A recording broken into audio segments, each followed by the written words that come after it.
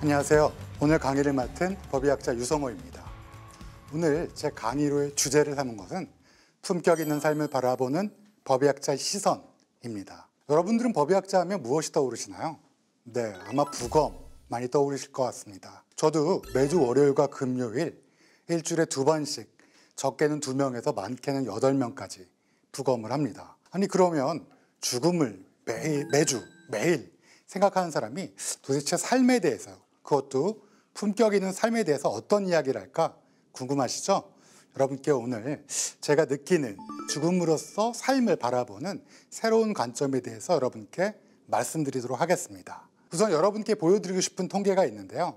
우리나라는 매년 9월에서 10월 정도가 되면 사망원인 통계라는 것을 발표합니다. 통계를 한번 볼까요? 2020년도 통계를 보면 우리나라의 통계 1년에 30만 명 정도가 사망했습니다.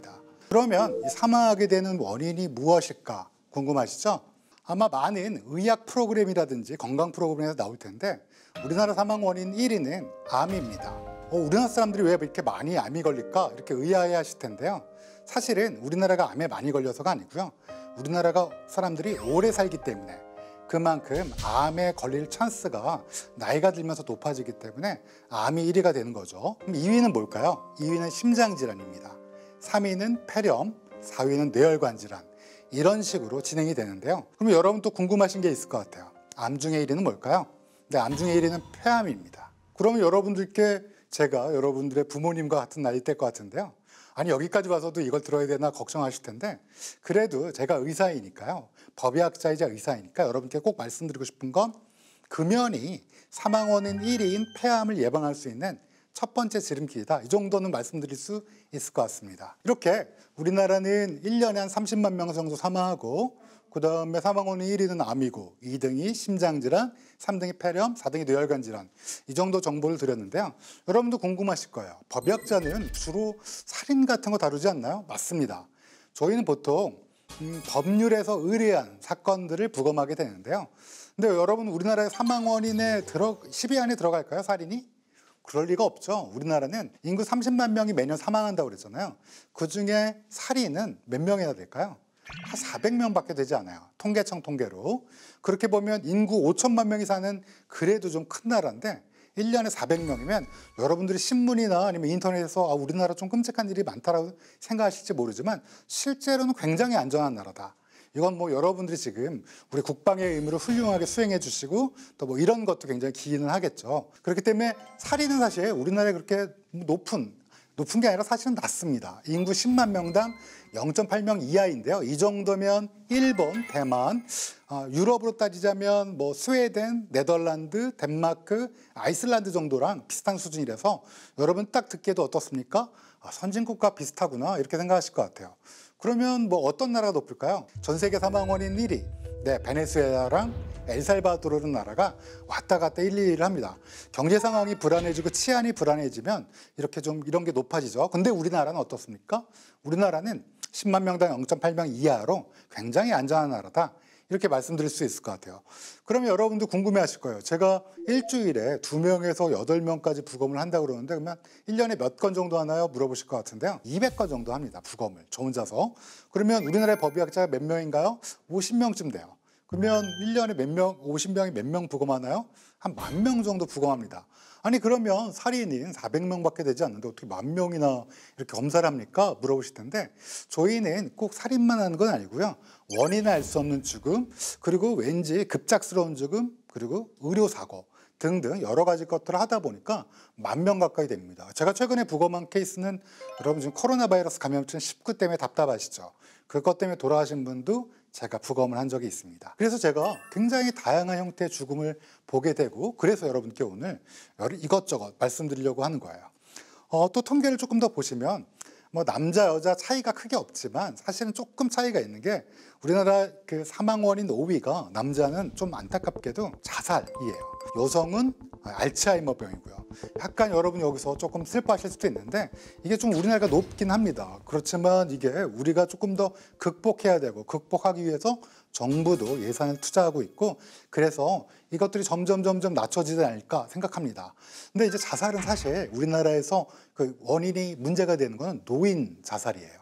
그렇기 때문에 이 노인 자살은 아무래도 우리를 키워주신 옛날 지금 70, 80대 노인분들이 자식 투자에 올인하고 아무래도 사회적 안전망이 없던 시절에 굉장히 고생을 많이 하시고 그러다 보니까 또 세월이 너무 빠르게 지나가고 이런 여러 가지 것들이 복합적으로 이루어지는 바람에 이게 좀 순위가 높게 되는데 아마 이거는 우리 그리고 여러분들 청년 세대들이 향후에 이것들을 극복할 문제라고 생각합니다. 여러분이 근데 제가 이렇게 쭉 그 사망 원인을 보여드리면 한 가지 좀 특징적인 게 있을 거예요. 이 그래프를 보시면 당뇨병은 사망 원인 6위인데 전체적으로 보면 이렇게 뚝 떨어지고 있죠. 그리고 확 올라가는 게 뭐예요? 알츠하이머병입니다. 아니 치매가 왜 이렇게 사망 원인으로 올라갈까? 사실 2010년대 초반만 하더라도 전혀 높지 않았어요. 근데 문제는 이게 알츠하이머병이 이렇게 올라간 이유는 우리나라 사람들이 점점 오래 살게 되면서 아무래도 치매에 걸릴 확률이 높아지기 때문에 이게 사망 원인이 예전에는 10위 안에도 들지 못했던 알츠하이머병이 남녀 합쳐서 7위까지 오르게 되는 지금 뭐라 그럴까요? 오래 사는 건 좋은데 암도 그대로 유지가 되고 오히려 높아지고 있고 치매가 높아지고 있구나 이런 것들을 우리가 매년 나오는 통계를 갖고 알 수 있습니다. 자 그러면 제가 여러분께 오늘 말씀드리려는 게 그러면 사망 원인만 말씀드리려고 하느냐? 그런 건 아닙니다.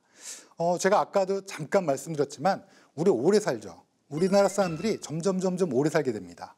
그래서 여러분 궁금하시죠? 얼마나 오래 살게 될지. 여기 이 논문을 보시면 이거는 2017년도 란셋이라고 굉장히 유명한 의학 학술지에 실린 논문인데요. 35개의 선진국을 대상으로 남자 여자가 2030년대에는 얼마나 오래 살까 논문을 실은 적이 있는데요. 여성도 남성도 그래프 보이시나요? 모두 한국이 1위입니다. 그러니까 기대 수명이 1위예요. 남자도 1위, 여자도 1위예요.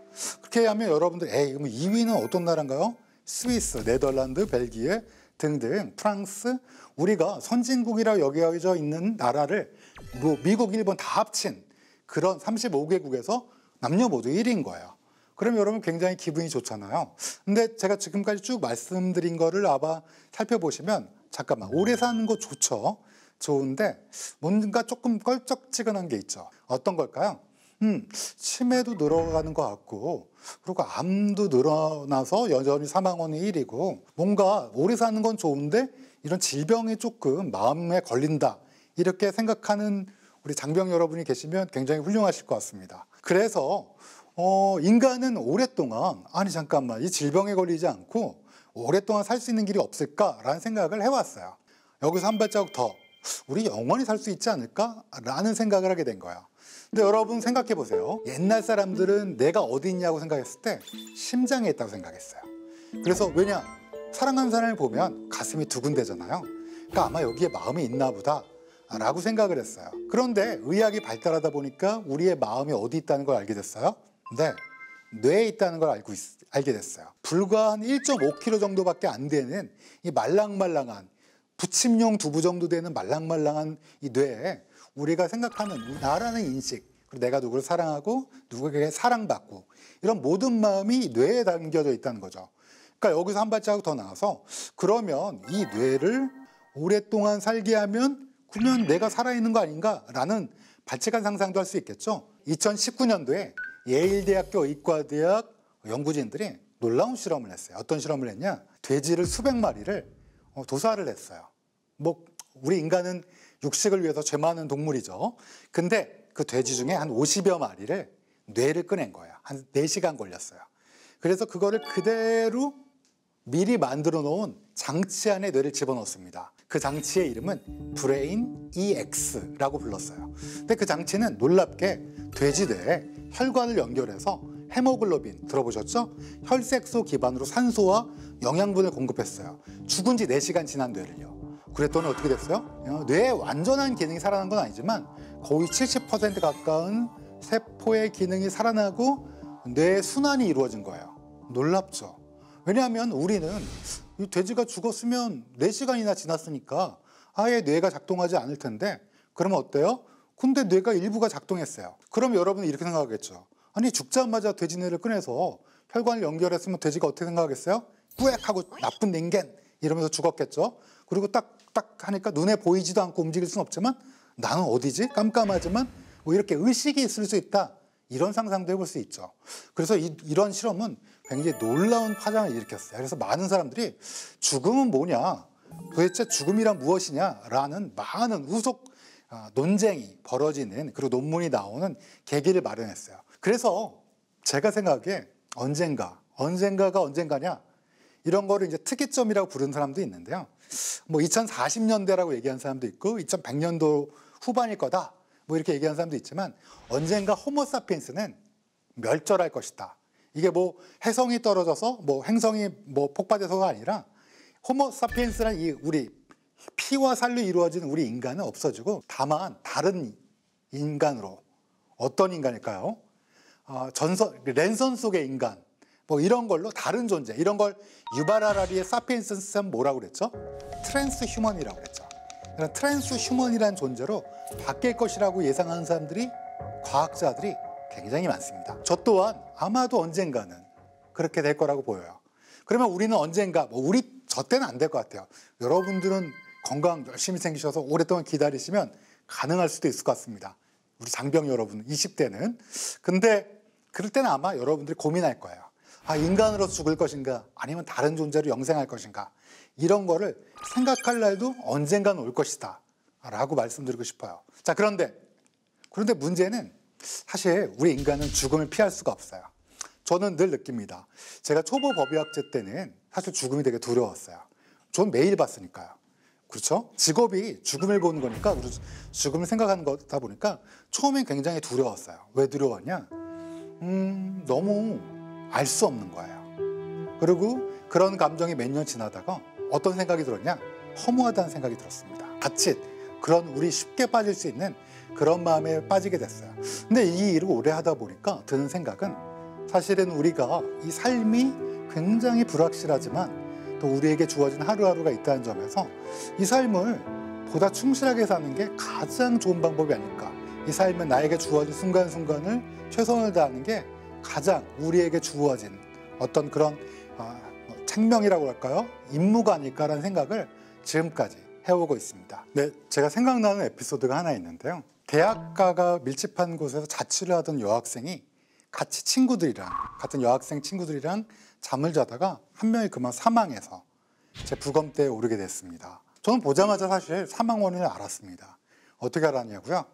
그 여학생의 몸에는 노란 지방종이 여러 개가 분포돼 있었어요. 이런 지방종이 있는 거를 우리가 가족성 고콜레스테롤 혈증이라고 합니다. 되게 아주 드문 질병이고요. 우리나라에는 거의 몇 명 없는 질병인데 이게 보통은 20대 사망하게 됩니다. 그래서 이 지방종이 있는 여학생의 부모님들이 올라오시게 됐고 그 이야기를 듣게 되었습니다.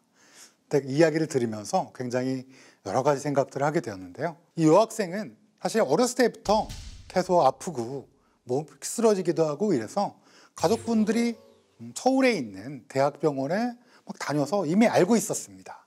마땅한 약이 없었기 때문에 그냥 조금 늦출 수는 있지만 언젠가 20대 이별을 할 수 있다는 걸 알고 있었고요. 근데 이 여학생한테는 꿈이 있었습니다. 서울에 있는 대학을 다니는 꿈이 있었던 거예요.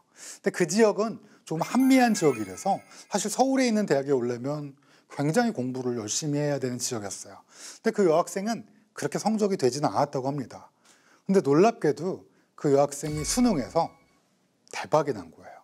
그래서 입학한 지 불과 2달 만에 친구들과 자취방에서 밤늦게까지 수다를 떨던 여학생은 다음 날 사망하게 된 거죠. 제가 부검을 해보니 그 안쪽에 굉장히 놀라운 소견을 발견했어요. 어떤 소견이냐? 보통 70, 80대 노인분들이 돌아가셔도 뇌에 있는 혈관에 그렇게 동맥경화가 많이 끼어 있지는 않습니다. 심장이나 이런 곳에는 많이 있을 수 있는데요.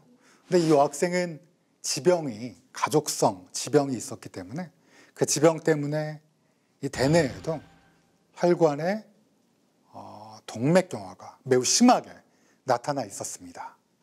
이게 뭘 의미하냐? 여러분 아시겠지만 뇌 혈류가 잘 가지 않으면 사실은 뭐 생각하는 것도 피곤하고 몸도 잘 유지되지 않고 여러모로 힘들었을 텐데 이 여학생은 자신의 꿈을 위해서 그런 굉장히 최악의 조건에서도 마지막 꿈을 이루기 위해서 아마 자신의 미래의 끝이 알았음에도 불구하고 끝까지 최선을 다했다는 점에서 굉장히 여러 가지 많은 것들을 생각하게 된 일이었습니다.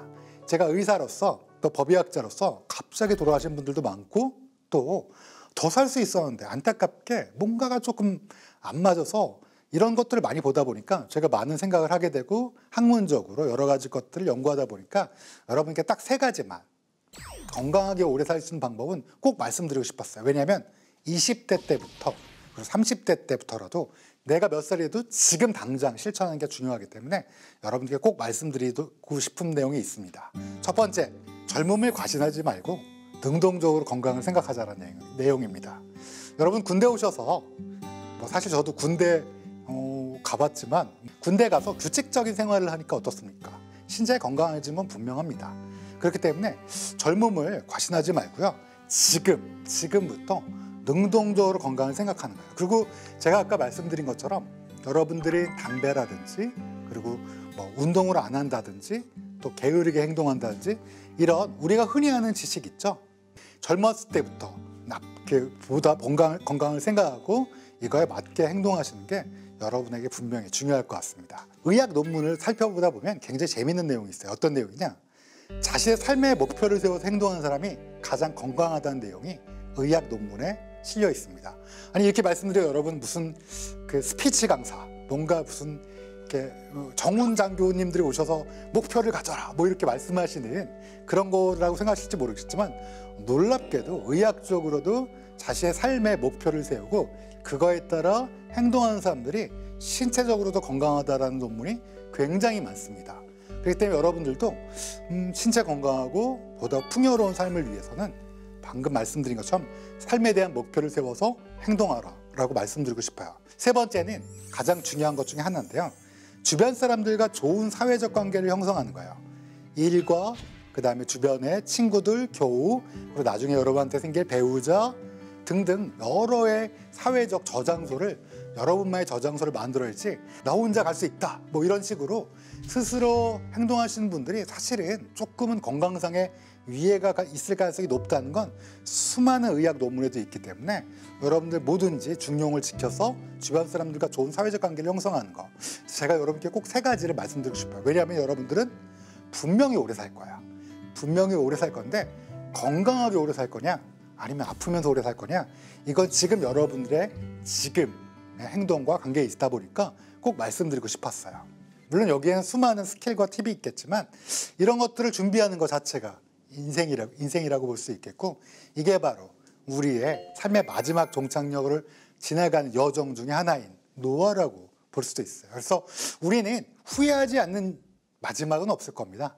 그럼에도 불구하고 후회를 굉장히 줄이기 위해서 여러분도 오늘 지금 열심히 듣고 계시는 걸로 생각하고요. 또 나중에 여러분들이 조금 더 나이를 들면 죽음 이후에 내가 어떤 포지셔닝을 할지 그 다음에 내가 죽은 사람을 위해서 뭘 남길지 재산 말고 내가 사랑하는 사람들을 위해서 꼭 남기고 싶은 그게 무엇인지를 한번 꼭 생각해 보시고요. 더 나은 죽음의 과정 어떤 게 있을까요? 나의 인생에서 마지막까지 끝까지 내가 주체적으로 살기 위해서 어떤 노력을 기울일지 이런 것들이 여기에 포함된다고 말씀드리고 싶습니다. 조금 긴 시간이었지만 여러분께 여러 가지 얘기를 종합해서 말씀을 드렸는데요.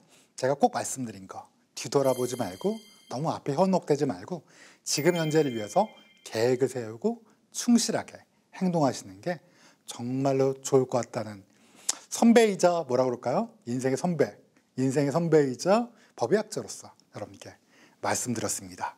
저는 항상 군대에 있는 여러분들이 가장 우리나라에서 중요한 분들이라고 오랫동안 생각해 왔습니다. 저도 군 생활을 해봤고 전방에서도 근무를 해봤고요. 얼마나 힘든지, 그리고 여러분들이 각자 맡은 일이 얼마나 중요한지를 잘 알고 있습니다. 추운 겨울 또 무더운 여름에도 항상 성실히 묵묵히 일해 주셔서 늘 감사드리고요. 새해에는 보다 건강하고 활기찬 한 해가 되기를 바라겠습니다. 감사합니다.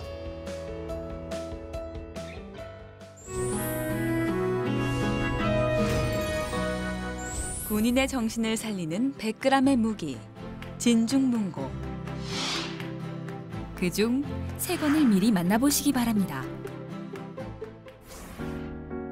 미국 문학의 거장 어니스트 해밍웨이의 대표작들을 담은 디 에센셜 어니스트 해밍웨이. 노인과 바다부터 노벨 문학상 수상 연설문까지 해밍웨이의 대표 소설과 에세이를 한 권에 담아낸 책인데요. 작품 곳곳에 스며든 해밍웨이만의 탁월한 주제의식과 문학적 상상력을 엿볼 수 있습니다. 인간의 보편적 가치와 인간다움을 일깨워주는 명품 고전, 디 에센셜 어니스트 해밍웨이입니다. 죄와 벌의 문제를 사회적 논의들로 풀어낸 백조와 박쥐. 책은 33년의 시간차를 두고 일어난 2개의 살인사건과 사건의 진실을 쫓는 인물들의 이야기를 다루고 있는데요. 공소시효 폐지 소급 적용, 형사재판 피해자 참여제도 등 굵직한 사회적 논의들을 아우르면서도 추리소설 본연의 재미를 잃지 않고 장대한 이야기를 흡입력 있게 풀어냈습니다. 인간에 대한 따뜻한 시선을 견지해온 히가시노 게이고의 새로운 대표작, 백조와 박쥐입니다. 배구 여제 김연경의 세상을 향한 강스파이크, 아직 끝이 아니다. 화려한 공격과 수비 퍼포먼스, 좌중을 압도하는 경기를 펼치며 한국 배구계의 돌풍을 불러일으킨 김연경 선수. 초심을 잃지 않기 위한 배구 여제 김연경의 열정 스토리. 스스로의 가능성을 발견하고 새로운 문을 열고 나아가는 용기를 독려하는 아직 끝이 아니다입니다.